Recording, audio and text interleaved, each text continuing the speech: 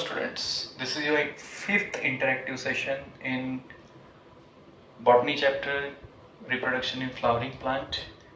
हर lecture की तरह ये लेक्चर भी हम एक पॉजिटिव थॉट्स के साथ शुरू करते हैं. तो पॉजिटिव थॉट्स है the distance between your dream and the reality. The distance between your dream and reality is called as action.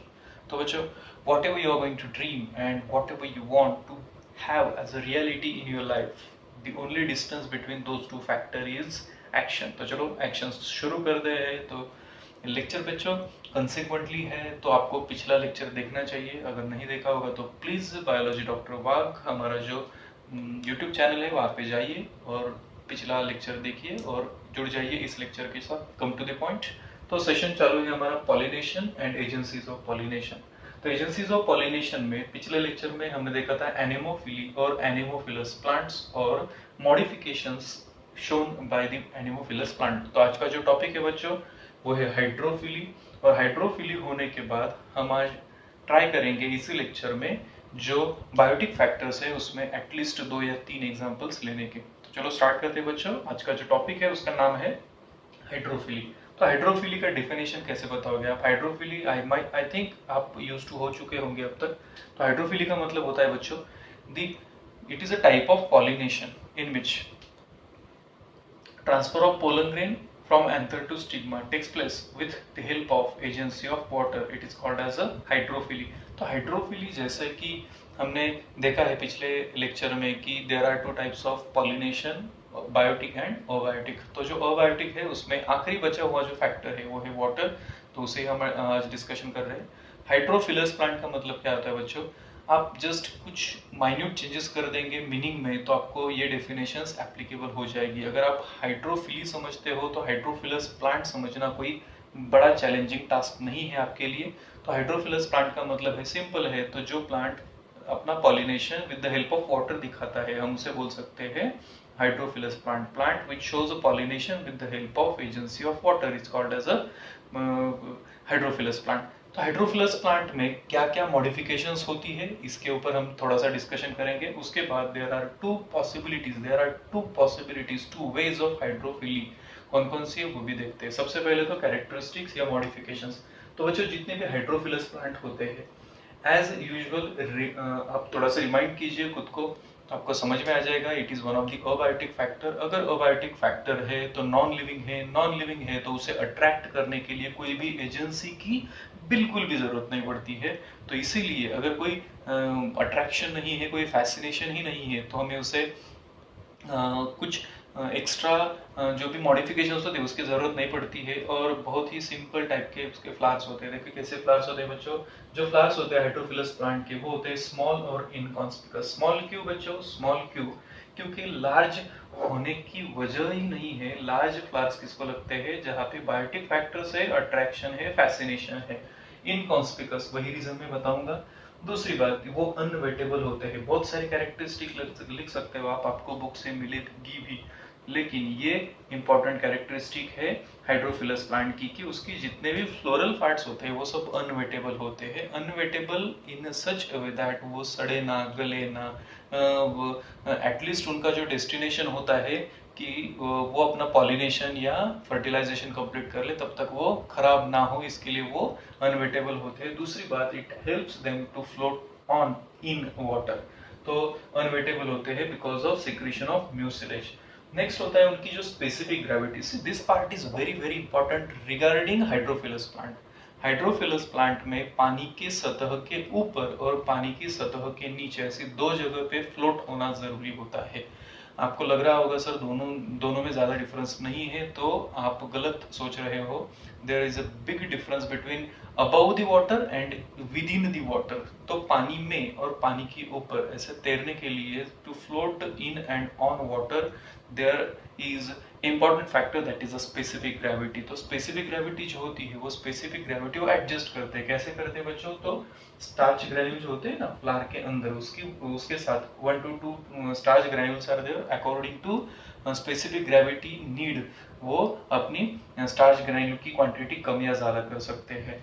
तो ये थे कुछ इंपॉर्टेंट अडेप्टेशंस या important you can say characteristic of hydrophilous plant. तो hydrophilous plant में आप दो important conditions देख सकते हो, एक होता है हाइपोहाइड्रोफिली और दूसरा है इपीहाइड्रोफिली। तो हाइपोहाइड्रोफिली का मतलब क्या होता है बच्चों? Hypo as the name suggest, hypo का मतलब होता है below, below the water, below the water, और हाइपो सॉरी ईपी का मतलब होता है अबव, अबव मतलब ऊपर, ऊपर अबव द वाटर सरफेस। तो दोनों हाइड्रोफिलस ही है, सिर्फ कंडीशन ये है कि एक पॉलिनेशन और फर्टिलाइजेशन हो रहा है पानी की सतह के नीचे बिलो द वाटर सरफेस, और दूसरा है अबव द वाटर सरफेस। तो बस बिकॉज ऑफ दिस डिफरेंस उसमें कुछ चेंजेस है, वो हम देख लेते हैं और बढ़ते हैं नेक्स्ट टॉपिक की तरफ। तो बच्चों हाइपोहाइड्रोफिली और इपीहाइड्रोफिली डिफरेंशिएट कर देते हैं। हाइपोहाइड्रोफिली में बस इतना ही बोलूंगा कि यहाँ पे फर्टिलाइजेशन और पॉलिनेशन होता है पानी की सतह के नीचे बिलो द वाटर सरफेस। कैसे होता है? कुछ अडाप्टेशंस करने पड़ते हैं। क्या अडाप्टेशंस होते हैं? तो देखो, सबसे पहले तो मैं एग्जांपल दे दूंगा आपको। एग्जांपल है इसका जोस्टेरा। तो बच्चों जोस्टेरा जो प्लांट होते हैं ना, ये पूरा प्लांट पानी में सबमर्ज्ड होता है। This total entire plant is submerged under the water. As usual I told you in self pollination, जितनी भी अबायोटिकली और सेल्फ पॉलिनेटिंग प्लांट्स होते हैं वो क्रॉस पॉलिनेटिंग प्लांट होते हैं वो सभी यूजुअली डायोशियस होते हैं, या हम बोल सकते हैं वो यूनिसेक्सुअल होते हैं। तो मतलब ये प्लांट आइदर मेल होगा या फीमेल होगा। तो ये प्लांट पानी के नीचे बढ़ता है, पानी के नीचे ग्रो होता है, और उसकी जो पोलन ग्रेन्स होती है, पोलन ग्रेन की एक स्पेशल कैरेक्टरिस्टिक होती है, दे आर निडल लाइक, उनकी निडल लाइक स्ट्रक्चर्स होती है। और उसकी सबसे इंपॉर्टेंट मॉडिफिकेशन क्या होता है, ये क्वेश्चन शायद आपको किसी कॉम्पिटिटिव एग्जाम में आ सके कि हाइपोहाइड्रोफिलस प्लांट में पोलन ग्रेन में क्या अडेप्टेशन होता है। तो वो निडल जैसा होता है, और सबसे जरूरी बात उसकी एक्साइन एब्सेंट होती है। एक्साइन ना होना ये इंपॉर्टेंट कैरेक्टरिस्टिक है हाइपोहाइड्रोफिलस प्लांट के पोलन ग्रेन की। दूसरी बात उसकी स्पेसिफिक ग्रेविटी से। देखो बच्चों, इसे पानी के सतह के ऊपर नहीं तैरना है, ना कि at the bottom of the sea बैठ जाना है, उसे दोनों के बीच में तैरना है। मतलब ना तो बेड पर, ना तो पानी की सतह के ऊपर। तो बीच में अगर तैरना है तो स्पेसिफिक ग्रेविटी भी अकॉर्डिंगली चेंज होनी चाहिए। तो उसकी स्पेसिफिक ग्रेविटी उतनी ही होती है जितनी स्पेसिफिक ग्रेविटी पानी की होती है। Point to be noted, point to be marked on your notebook कि उसकी स्पेसिफिक ग्रेविटी पानी की जितनी होती है, that's why they can float inside the water. तीसरी जरूरी बात पॉलिनेशन कैसे होता है हाइड्रोफिलस प्लांट में। तो हाइपोहाइड्रोफिलस प्लांट जो होते हैं ना बच्चों, वो यूजुअली क्या करते हैं कि वो निडल लाइक जो भी पोलन ग्रेन्स होते हैं वो प्रोड्यूस कर देते हैं। ये जो पोलन ग्रेन्स होते हैं, तो pollen grains after maturity comes in contact with, वो किसके कांटेक्ट में आ जाते हैं? स्टिग्मा के, और उसके अराउंड कॉइलिंग करने लगते हैं। तो because of there coiling they undergo, you can say, pollination के बाद वो जो फर्टिलाइजेशन की जो प्रोसेस होती है वो कंप्लीट हो जाती है। तो ये है हाइपोहाइड्रोफिलस प्लांट। एग्जांपल मैंने बताया Zostera. Now compare this plant with EP hydrophilous plant. EP में सिर्फ चेंज इंपॉर्टेंट यही है कि ये पानी की सतह के ऊपर पॉलिनेशन और फर्टिलाइजेशन करता है। तो इसका एग्जांपल है वेलसिनेरिया। और इसमें क्या क्या चेंजेस होते हैं बच्चों? सी यहाँ पे भी प्लांट डायोशियस होता है, मतलब मेल और फीमेल प्लांट अलग होते हैं। सबमर्ज्ड अंडर द वाटर होता है, पानी की सतह के नीचे होता है। प्लांट नीचे होता है बच्चों, प्लांट नीचे होता है। हाँ, जरूरी बात, ये प्लांट, इसमें जो मेल प्लांट होता है ना, इसके फ्लावर्स डिटैच हो जाते हैं प्लांट से डिटैच हो जाते हैं। मैं पूरे फ्लावर्स बोल रहा हूँ बच्चों, ना कि पोलन ग्रेन। तो पूरे जो फ्लावर्स होते हैं ना, they got detached from there plant, और तब तक तैरते रहते हैं जब तक वो मैच्योर्ड नहीं हो जाते हैं। Once they got matured they releases pollen grain. ये जो प्रोसेस होती है ना बच्चों, इसे बोलते हैं हम एंथेसिस। एंथेसिस का मतलब होता है तब तक फ्लावर्स पानी पर तैरते रहते हैं जब तक उनकी पोलन ग्रेन्स मैच्योरिटी के लेवल तक नहीं आ जाते और खुद बाहर नहीं आ जाते हैं। तो तब तक वो तैरते रहते हैं। हाँ, अब ये एक सीजनल प्रोसेस होता है। तो इसमें होता क्या है बच्चों, जो फीमेल प्लांट है उसका रिस्पॉन्स क्या होता है? तो फीमेल प्लांट भी ऑफकोर्स सबमर्ज्ड होता है। हाँ, लेकिन उसमें एक इंपॉर्टेंट एडाप्टेशन होता है। आप टेक्स्ट बुक में देख सकते हो, जो फीमेल प्लांट होता है उसका जो पेडिसल होता है ना, पेडिसल का मतलब होता है किसी भी फ्लावर का जो स्टॉक होता है उसे हम पेडिसेल कहते हैं। तो वो कॉइल्ड होता है, स्प्रिंग के जैसा कॉइल्ड होता है। तो एक पर्टिकुलर सीजन जब पानी की सतह के ऊपर बहुत सारे पोलन ग्रेन्स है, मेल गैमेट्स है, तो तब ये पेडिसेल क्या होता है, अनकॉइल्ड होता है, because of their uncoiling that reaches to the water surface. और वहां पे बहुत सारे पोलन ग्रेन्स होते हैं, तो ये जो स्टिग्मा होता है it comes in contact with pollen grains, those are released on the surface of water. तो पॉलिनेशन हो जाता है और उसकी बाद की जो प्रोसेस होती है वो ट्रिगर हो जाती है। तो I hope you can understand the difference between EP and hypohydrophilous plant. तो एक बार फिर से मैं आपको रिकॉल कर देता हूँ। See this is agencies of pollination. Agencies of pollination में बायोटिक फैक्टर और अबायोटिक फैक्टर्स हम डिस्कशन कर रहे हैं। सबसे पहले लिए हमने अबायोटिक फैक्टर जो नॉन लिविंग होते हैं, जो अट्रैक्शन या फैसिनेशन की जरूरत नहीं रखते हैं, नेचुरल एलिमेंट्स होते हैं, फिजिकल एलिमेंट्स होते हैं।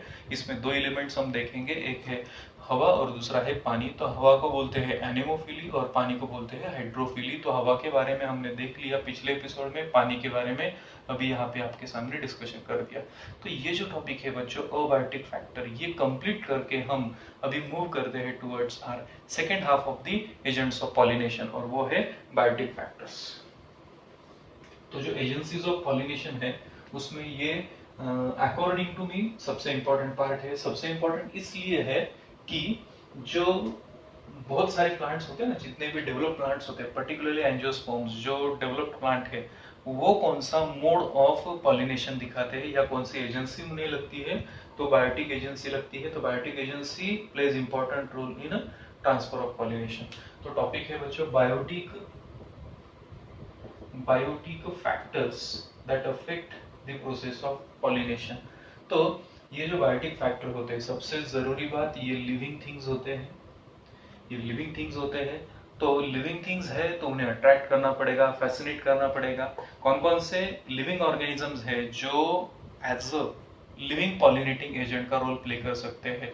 तो सबसे पहले तो है मॉथ्स हो सकते हैं, बटरफ्लाईज हो सकती है, उसके बाद इंसेक्ट्स हो सकते हैं, कुछ अलग तरह के इंसेक्ट्स हो सकते हैं, हमिंग बर्ड्स होती है, और बैट्स भी होती है, स्नेल्स हो सकती है। तो इतने सारे एग्जांपल्स है बच्चों। हर टॉपिक के ऊपर एक you can say biotic factor और उसकी एक अलग से फीलिंग होती है। तो यहाँ पे रिप्रेजेंटेटिव मैनर में हम दो से तीन एग्जांपल ले सकते हैं। तो ये बायोटिक फैक्टर है।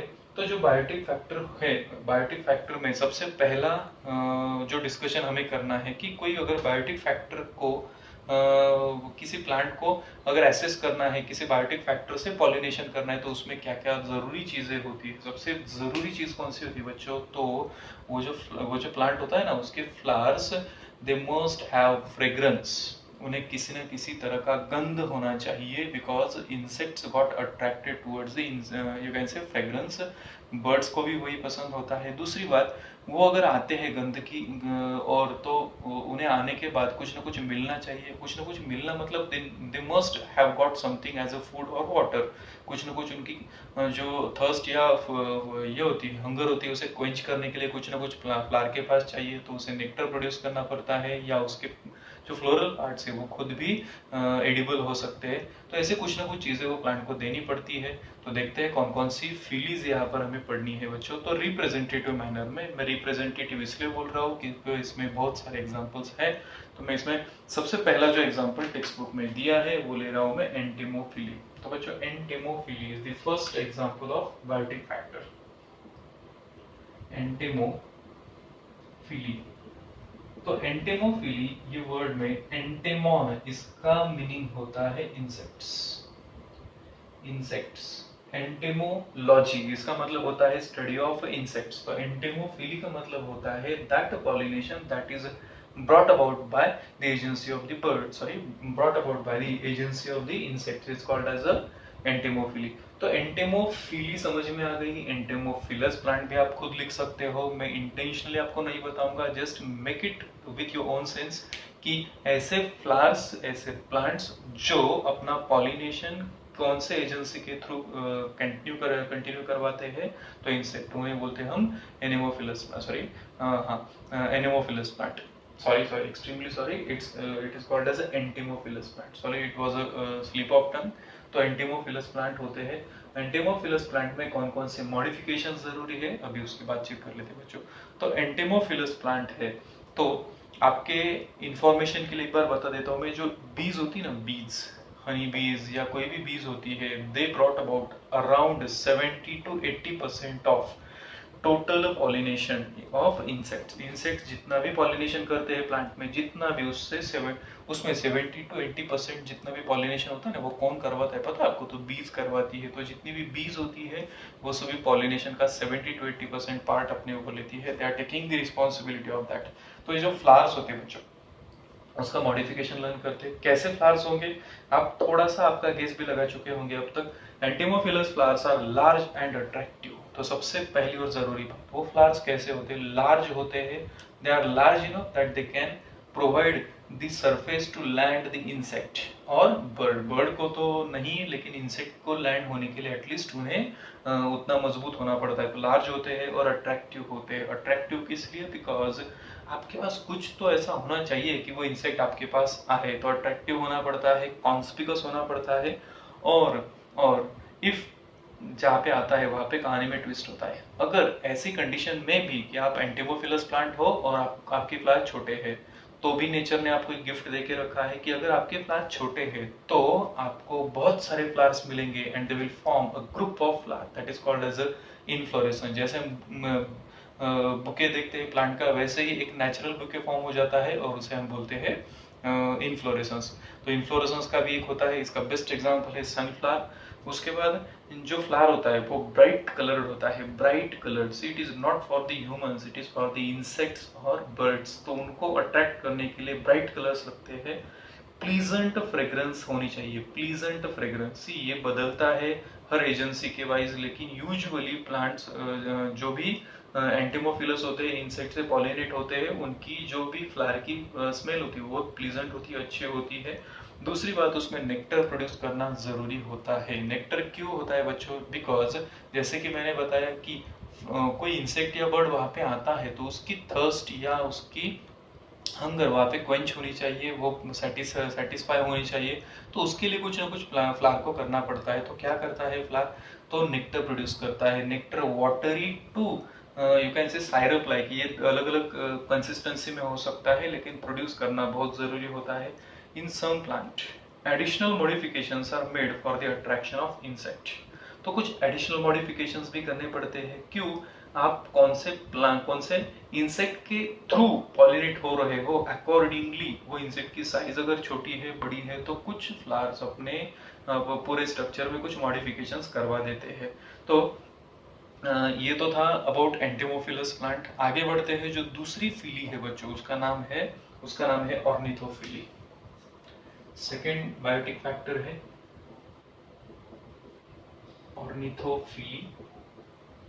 ऑब्वियसली ऑर्निथोलॉजी का मतलब होता है स्टडी ऑफ बर्ड्स। तो आप डिफाइन कर पाओगे उसे, मुझे पता है। I am confident about you. Those plants which pollinate with the agency of birds are called as those are called as ornithophilous plant. तो ऑर्निथोफिलस प्लांट्स जो एजेंसी है वो है बर्ड्स। तो ऑर्निथोफिलस प्लांट्स में कौन कौन से मॉडिफिकेशंस है बच्चों? अभी कंपेयर करो दोनों में तो आपको बहुत सी चीजें इसमें समझ में आ जाएगी, रिवील हो जाएगी। ऑर्निथोफिलस जो प्लांट होते हैं, इसमें जो फ्लावर्स होते हैं वो बड़े होते हैं एज कंपेयर टू एंटीमोफिलस प्लांट। क्यों? आप समझ सकते हो, इंसेक्ट्स बहुत छोटे होते हैं बच्चों, बहुत यूजुअली बहुत छोटे होते हैं। उसके कंपैरिजन में जितने भी बर्ड्स होते हैं, they are comparatively large in size. Comparison में बोल रहा हूँ, तो थोड़े से फ्लावर्स भी कैसे होने चाहिए? लार्ज होने चाहिए। दूसरी बात, उनके जो फ्लोरल पार्ट्स होते हैं ना, वो थिक होते हैं, thick in order to bear the weight, as well as सबसे जरूरी बात, जो बर्ड्स आते हैं तो उन्हें वो floral parts as a food utilize करना अगर पड़े तो यूटिलाइज कर सकते हैं। तो एडिबल जो फ्लोरल पार्ट्स होते हैं, फ्लेशी होते हैं, तो वो एक जरूरी कैरेक्टरिस्टिक है ऑर्निथोफिलस प्लांट का। करोला इज ए ट्यूबुलर और फनेल शेप्ड। तो जो करोला होता है, Corolla, calyx and Corolla. Corolla का मतलब होता है बच्चों जो पेटल्स होती है ना, हाँ, तो वो पेटल्स कैसी होती है? यूजुअली वो गैमो पेटल्स होती है और एक ऐसा कप लाइक स्ट्रक्चर फॉर्म कर देती है। क्यों? टू स्टोर द नेक्टर और टू स्टोर द वाटर। तो ऐसे यूजुअली होता है। Flowers are bright coloured. मैंने बता दिया कि जितने भी बायोटिक फैक्टर्स है उन्हें अट्रैक्ट करना पड़ता है, फैसिनेट करना पड़ता है, तो उन्हें ब्राइट कलर्ड फ्लावर्स बहुत ज्यादा पसंद होती है। दूसरी और सबसे जरूरी बात, they lack fragrance. They lack fragrance, ये चीज बहुत से बच्चे भूल जाते हैं, totally out of the mind हो जाता है, या मैं ऐसे बोल सकता हूँ कि ये माइंड ही नहीं करते बहुत से बच्चे कि बर्ड्स को जो इसका सेंस होता है ना बच्चों, कौन सा, ऑल्फैक्शन का, मतलब स्मेल का सेंस जो होता है वो कंपैरेटिवली वीक होता है। दैट्स व्हाई दीज फ्लावर्स, कौन से, ऑर्निथोफिलस प्लांट्स, वो कंपैरेटिवली फ्रेग्रेंस नहीं रखते हैं। They lack fragrance because they have very poor sense of smell. Flower produces large amount of sugary nectar. मैंने जैसे कि बताया, आप क्या एडिशनल दे रहे हो इसके ऊपर, वो बर्ड्स वहां पे आते हैं तो large amount of sugary nectar वो प्रोड्यूस करते हैं। जो वो बर्ड्स होते हैं वो यूजुअली ड्रिंक पीने के लिए काम में आते हैं। तीसरा और सबसे लास्ट वाला जो अडेप्टेशन मैं बताऊंगा वो प्लांट के हिसाब से इम्पोर्टेंट है। अब तक थे सभी बर्ड्स के हिसाब से, अभी प्लांट के हिसाब से क्या है, उसके जो पोलन ग्रेन्स होते हैं ना बच्चों, ये पोलन ग्रेन्स स्टिकी होते हैं। यूजुअली आपने देखा होगा जो बर्ड्स होते हैं ना, बर्ड्स की जो फिदर्स होती है वो स्लिपरी होती है, पानी ठहरता नहीं है। वैसे अगर पोलन ग्रेन वहां पे नहीं ठहरा तो पॉलिनेशन होगा नहीं। तो ये जो पोलन ग्रेन्स होते हैं ये स्टिकी होते हैं in order to stick to their legs, to their feet और टू देयर फिदर्स। तो जिस भी पार्ट से चिपक जाए, क्योंकि दूसरे प्लांट पर जाके उन्हें शेड होना है। तो ये थे कुछ इंपॉर्टेंट मॉडिफिकेशंस जो दिखाए थे किसने, ऑर्निथोफिलस प्लांट में। जो तीसरा एग्जाम्पल है बायोटिक फैक्टर में और हम डिस्कस कर रहे हैं, उसका नाम है बच्चों चिरोप्टेरोफिली। तो तीसरा एग्जाम्पल चिरोप्टेरोफिली। चिरोप्टेरोफिली तो चिरोप्टेरॉन, जैसे हमने हर वर्ड का मीनिंग बता दिया था, तो वैसे चिरोप्टेरॉन का मीनिंग बता देता हूँ। इसका मीनिंग होता है पैट। तो सभी डेफिनेशंस एक जैसे ही है, कॉपी पेस्ट कर दीजिए। Pollination with the agency of bat is called as a chiropterophily. वो प्लांट को आप बोल देंगे चिरोप्टेरोफिलस प्लांट। जरूरी मॉडिफिकेशंस क्या है उतना बताऊंगा। I won't waste your time here in explaining each and everything, जो कॉपी पेस्ट टाइप का एक्सप्लेनेशन है। तो इंपॉर्टेंट मॉडिफिकेशन क्या है बच्चों, in this plants flowers are large, stout enough so that bat can hold on the flowers। इतने बड़े होने चाहिए फ्लावर्स, या इतने स्टाउट होने चाहिए, इतने मजबूत होने चाहिए कि वो जो बैट होता है ना उल्टा लटकता है इन्वर्टेड मैनर में, तो उसका वजन बेयर कर सके, इतना उसका इसमें that flower must be that much powerful.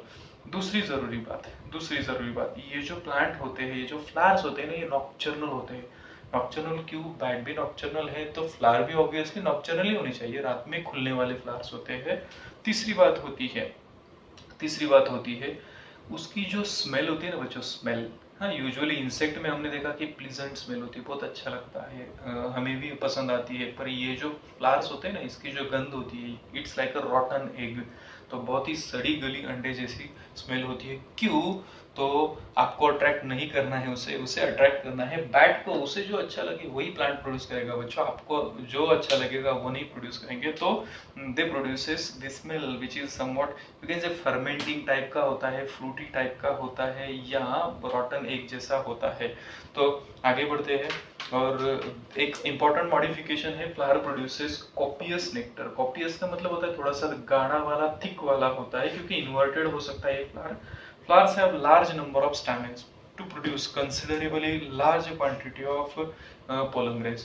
तो ये भी एक इम्पॉर्टेंट बात होती है कि यूजुअली एक ही एजेंसी है, मतलब bat is the only agency. आप दूसरे इंसेक्ट या बर्ड के ऊपर डिपेंडेंट नहीं हो, अगर हो भी तो रात में वो प्लांट्स, वो एजेंट्स आपके पास नहीं आने वाले हैं, तो कंपेरेटिवली आपकी पॉसिबिलिटीज कम हो जाती है सक्सेस की। तो क्या कर सकते हैं यहाँ पे, जितने भी फ्लावर्स होते हैं ना जो नॉक्टर्नल चिरोप्टेरोफिलस होते हैं, तो वो क्या करते हैं, वो ज्यादातर उसके स्टैमेन्स भी क्वांटिटी में ज्यादा होते हैं और पोलन ग्रेन्स भी ज्यादा होते हैं, in order to hide the failure. तो या उसका जो फेलियर होता है नॉन पॉलिनेशन का, उसे डील करने के लिए ये होता है। सबसे जरूरी बात, उसका एग्जाम्पल कौन सा है बच्चों, एग्जाम्पल कौन सा होता है उसका, तो एग्जाम्पल होता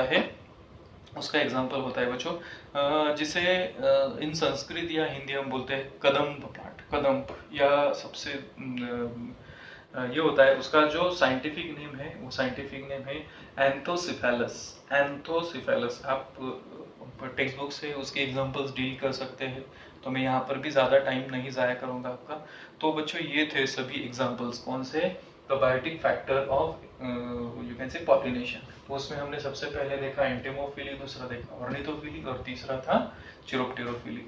तो उसके बाद जो एक छोटा सा टॉपिक बचता है इसमें चैप्टर में, वो है आउट ब्रीडिंग डिवाइसेस और पोलन पिस्टल इंटरैक्शन। और उसके बाद चैप्टर का सबसे एंड वाला जो टॉपिक है डबल फर्टिलाइजेशन और उसका सिग्निफिकेंस। और उसके बाद जो भी टॉपिक है वो है post fertilization changes and chapter will come to end. तो हम हार्डली यहाँ से आगे दो लेक्चर, ज़्यादा से ज़्यादा 2 लेक्चर में ये सभी टॉपिक कंप्लीट करने वाले हैं। तो आज अभी ये जो लेक्चर है इसमें मैं इतना ही टॉपिक कवर करता हूँ, और नेक्स्ट लेक्चर में हम देखेंगे आउट ब्रीडिंग डिवाइसेस, उसके बाद पोलन पिस्टल इंटरेक्शन और सबसे ज़रूरी डबल फर्टिलाइजेशन। तो तब तक के लिए बाय बाय।